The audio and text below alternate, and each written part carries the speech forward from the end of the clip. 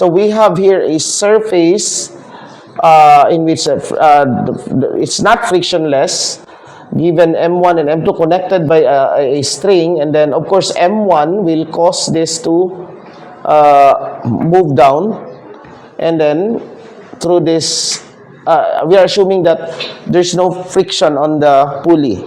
Okay, so that means that the tension on this cord is the same as the tension on that cord. Okay, so what we do here is let's solve the system. Okay, and identify the forces. Well, we don't care about y here.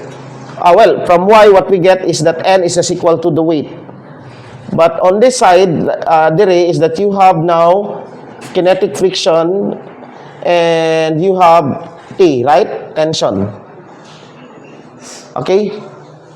And here, you have another axis right here. Up is tension, down is weight. Okay? Fg, gravitational force. So we have two unknowns. Kung sa'y unknown dire. Well, katong acceleration. Okay? Of course, acceleration will be on this side. Okay? So that's A. So first equation, we have to determine acceleration first because the question is, what is the velocity? Considering V naught here equals 0, right? What's the velocity as the block of mass M1 reaches that point? Right there. Okay, that's the question. What is the velocity when this mass reaches that edge? Okay? Given that it is 0 initially, and then once that this is released, it will slide. Okay? So we have two unknowns here, tension on the cord and the acceleration. The problem does not ask us to solve for tension, but we can solve that one. Okay? First equation is from this axis. Summation of forces equals minus Fk plus T equals M1A. What is minus Fk here? This is minus mu K M1. We're talking about M1. M1G plus T equals M1A. From here, you get T equals M1A plus mu K M1G. Now here, summation of forces. Para makatipid tayo, ako lang yan din. Summation of forces along Y, you have T minus M2G equals what? It goes in this direction, right? So the acceleration is minus M2A, the same A, because they will go hand in hand. Okay? So from here, what is T? Kani siya. So you have now M1A plus mu K M1G minus mu 2G equals minus M2A. Move nato dito, move nato ni siya dire. So you have now M1A plus M2A equals M2G minus mu K M1G. From here you get A equals M2 minus mu K M1 over M1 plus M2 times G. We can solve A here, but no, we can already solve A here, right? We already know, because this is given. These are all given, right? Okay? These are all given. So, but what we want is V. We don't need A. We can already solve tension gihapon, right? This can now be solved because A can be solved this one. Once you have a formula in which all of them are already known, then ang mahitabo kay is just my simple adjustment. I mean, it's just plug in all the values. But in this case, we have an acceleration. Okay? We have an acceleration. Our acceleration is this, and we go to kinematics. Let's go to kinematics. Kinematics is, the kinematics of this is 2ax equals v squared minus v naught squared, right? This is given, this is given, this is known. We can know this. Tama? This is known, this is just 0. And that is A. So, our, given ang X, right? X is 20 meters. Okay? By the way, X, okay? X is given. So, this is now, V now is just equal to 2A. So, this is just 2 times M2 minus mu K M1 mu K M1 times X over M1 plus M2 times G. And there is a square root on this one. Or I just put XG here. And that's it. Solve this in your calculator. Plug in everything. V is... Ila? 3.61 meters per second. Hinay kayo. Ilan tayo acceleration? Can you calculate the acceleration? Gamay, no? What's A? This is... Sa ito ba gamay ra? Hinay ra.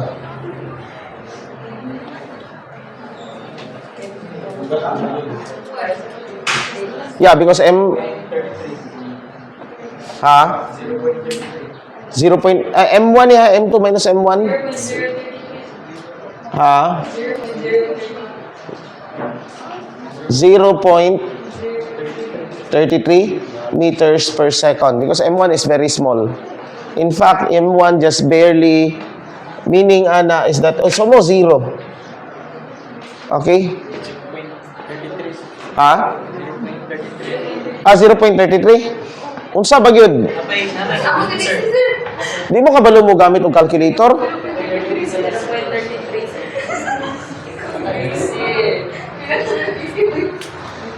Okay, paki-erase to solve the next problem. So we have here a 3 block of mass. This is a known, and this will pull all the masses together. Okay? With coefficient of friction 0.2 and 2 masses here, M. What else is given? Initially, this is 0, right? I think it said. Initially, this is 0. Kaning dire. And then, the question is, it hits here. When this mass hits the edge, what is the given here? 50. So, this is 50. Oy.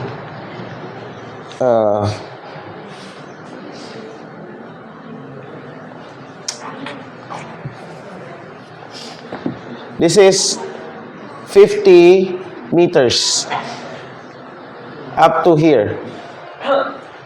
And these are all with friction, these surfaces. And then it says that as soon as this mass, when this mass reaches here, the velocity is pila. What's the velocity? 20 meters per second. 20 meters per second. When this mass reaches the edge of this one, which is some 50 meters away, it's moving at 20 meters per second. Okay?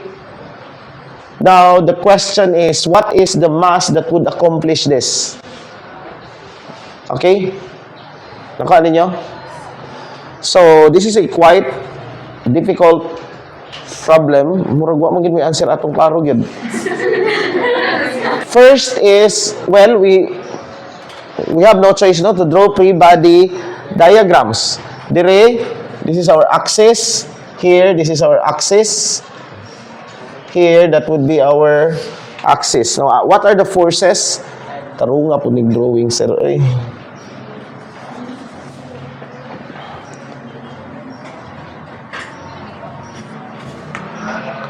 Okay. You have T And then you have friction, Fk. In this case, we don't have friction, right? Because the weight is going, there's no surface constraint dire. Bisan pag mupilit na siya, wala na siya friction. Assuming assuming a vertical yun perfectly. So here, okay, I'll just write in blue. You have the tension, same T dire, and okay, naadiri ang axis, no? You have T. Now, this is a different chord. So that means we need to label this one. Okay, this will now be T1. And this is T1. And that would be T2. Okay? T2, and there should be another force going down, which is the what? The weight. Okay?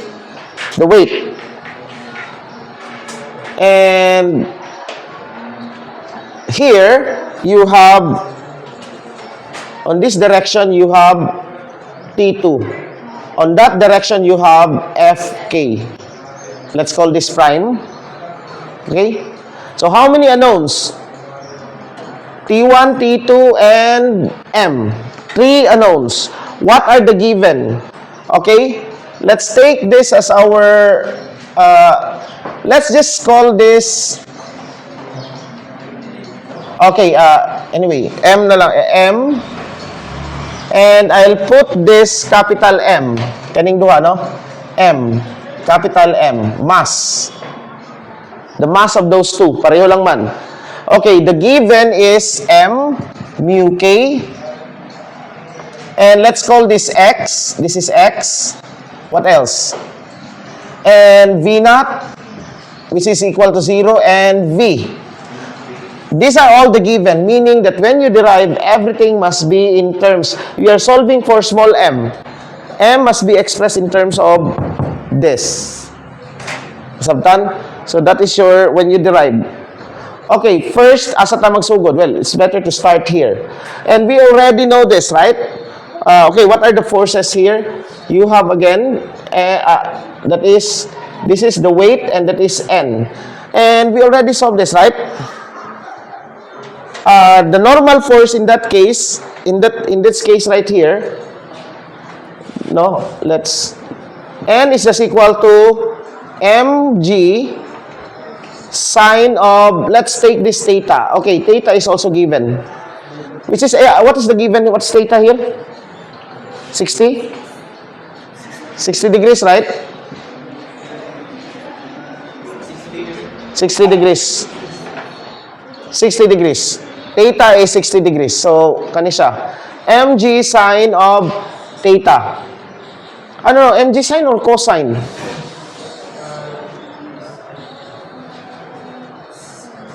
Sorry, mg cosine of theta. So, here n is mg cosine theta. And then, now, summation of force along x. What are the force along x? You have T1. And then, minus friction. And then, minus weight x, right? Kani dire. Equals, okay, let's assume an acceleration. And since we are now assuming the problem to be going this way, the acceleration is paani, no? That means that our acceleration, that A is going that way. This is our acceleration. So, meaning that this is minus MA. Right? This is minus MA. That is our equation 1. Well, ano lang sana to? T1 equal minus M1, mg, mu K. This is mu K mg cosine theta minus, this is mg sine of theta equals minus MA. Or, yeah. And then dire. Okay, summation of force along y. We don't have along x here. You have T1 minus T2 minus what? No, minus M, capital M. Okay, bantayan nining capital M kay because pagsulat na po na ako nasunod, may mura po ng small m. Okay? Take note of this one. mg equals it's going up, right? The acceleration here is pasaka, so this is now ma. All of this will have the same acceleration, a. Wait, we already have a here, right? A can already be solved. How do we solve A? Because we don't need, I said, the A is not unknown here. This already given dire. Tama? Because if A cannot be given, then we have 4 unknowns. Upat ka unknowns. T1, T2, small m, and A. But A can already be known because we have V naught, we have X, we have... So from that, we can know A by 2AX equals V squared minus V naught squared. And this is 0, right? So A is just equal to V squared. V is known. Okay? Over 2X. X is 50. So we already know. Okay? So this is already known. So we don't have to worry about A. So from this one is you have, okay, now substitute dire. Okay, equal nimo ni siya dire, that means this may mong plus and then ana. So we have now taas na kaayo, no? Mu k mg cosine of theta plus mg sine of theta minus MA minus T2 minus capital MG equals capital MA. And we can just take this T2 equals that. Okay? So minus MG wait. Equals MA din, you know? Minus T2. So, i-exchange mo siya sa A. So, minus MA, no? May mong minus MA, right? Because na other side ang A. Okay? So, T2 is this. Yeah. May mong ana. And then, kindly follow if I'm writing it correctly.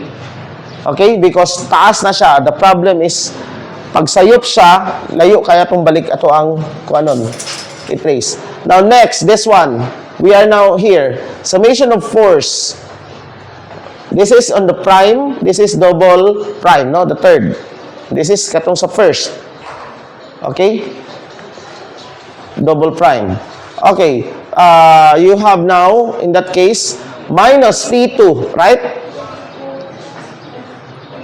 Minus, plus F prime K F double prime K because what is F prime K?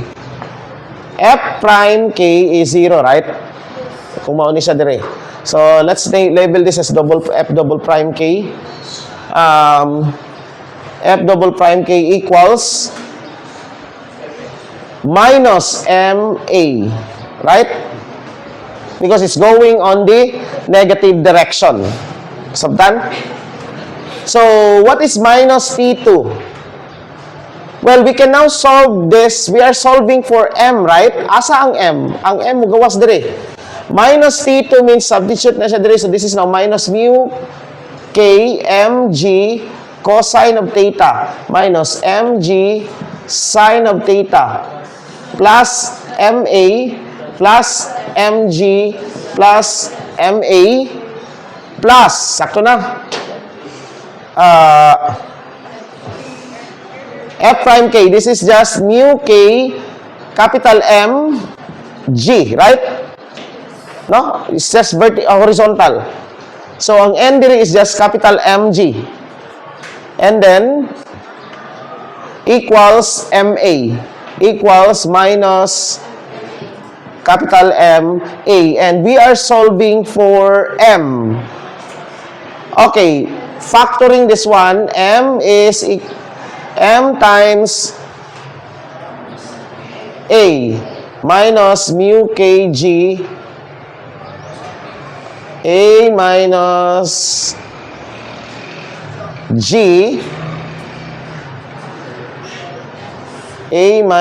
G mu A minus G sin theta plus mu K cosine theta. Tama? Tama ba? Factor out A and then factor out negative G. This is right? This is correct? Equals here, i-form nato tanang okay, M can be factored out, right? Tama? M times you have negative tanan. It's all negative. Because I move this one here.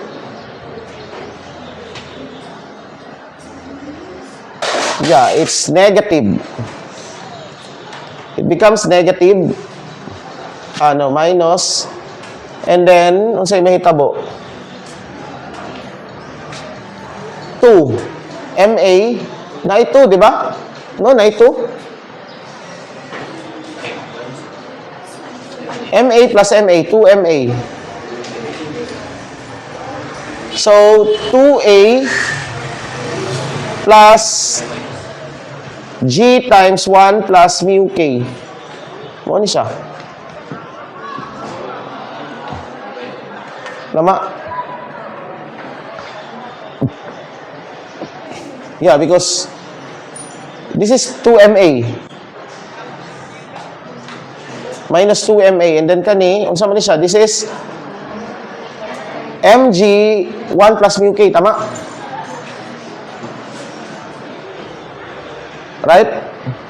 1 plus mu K. I'm just checking if we are doing it correctly. Minus mg. Morning na negative siya diri, no? Morning negative. It's minus mg equals ma. It's going up. So, pag move nimo, you have the negative. T2 becomes positive. And then, since this one, pag move, this is minus. So, minus, mo plus. Yeah, this is correct. So, what is our M? M now is negative pwede na negative, no? Negative, what is A? V squared over 2x, tama? And then, nakay 2A, so you have now V squared over x, right? Plus G 1 plus mu K over, okay, kanisya is V squared over 2x minus G sin theta plus mu K cosine theta times capital M. The negative is outside. I think this is correct. Now, can you plug in this your calculator?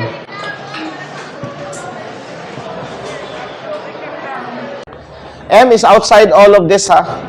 So, meaning, it's a factor. Kung tanawin ninyo, you analyze this one. This is unitless. Di ba? Ang unit ani, sa taas, o unit sa baba, pareho. Kung makita ninyo. So, sa ato pa, this whole thing is unitless. So, this is now a factor of M. We are actually solving M as a factor of the two M's. Pila? 72.29. So, M is 72.29 kilograms. Sakto?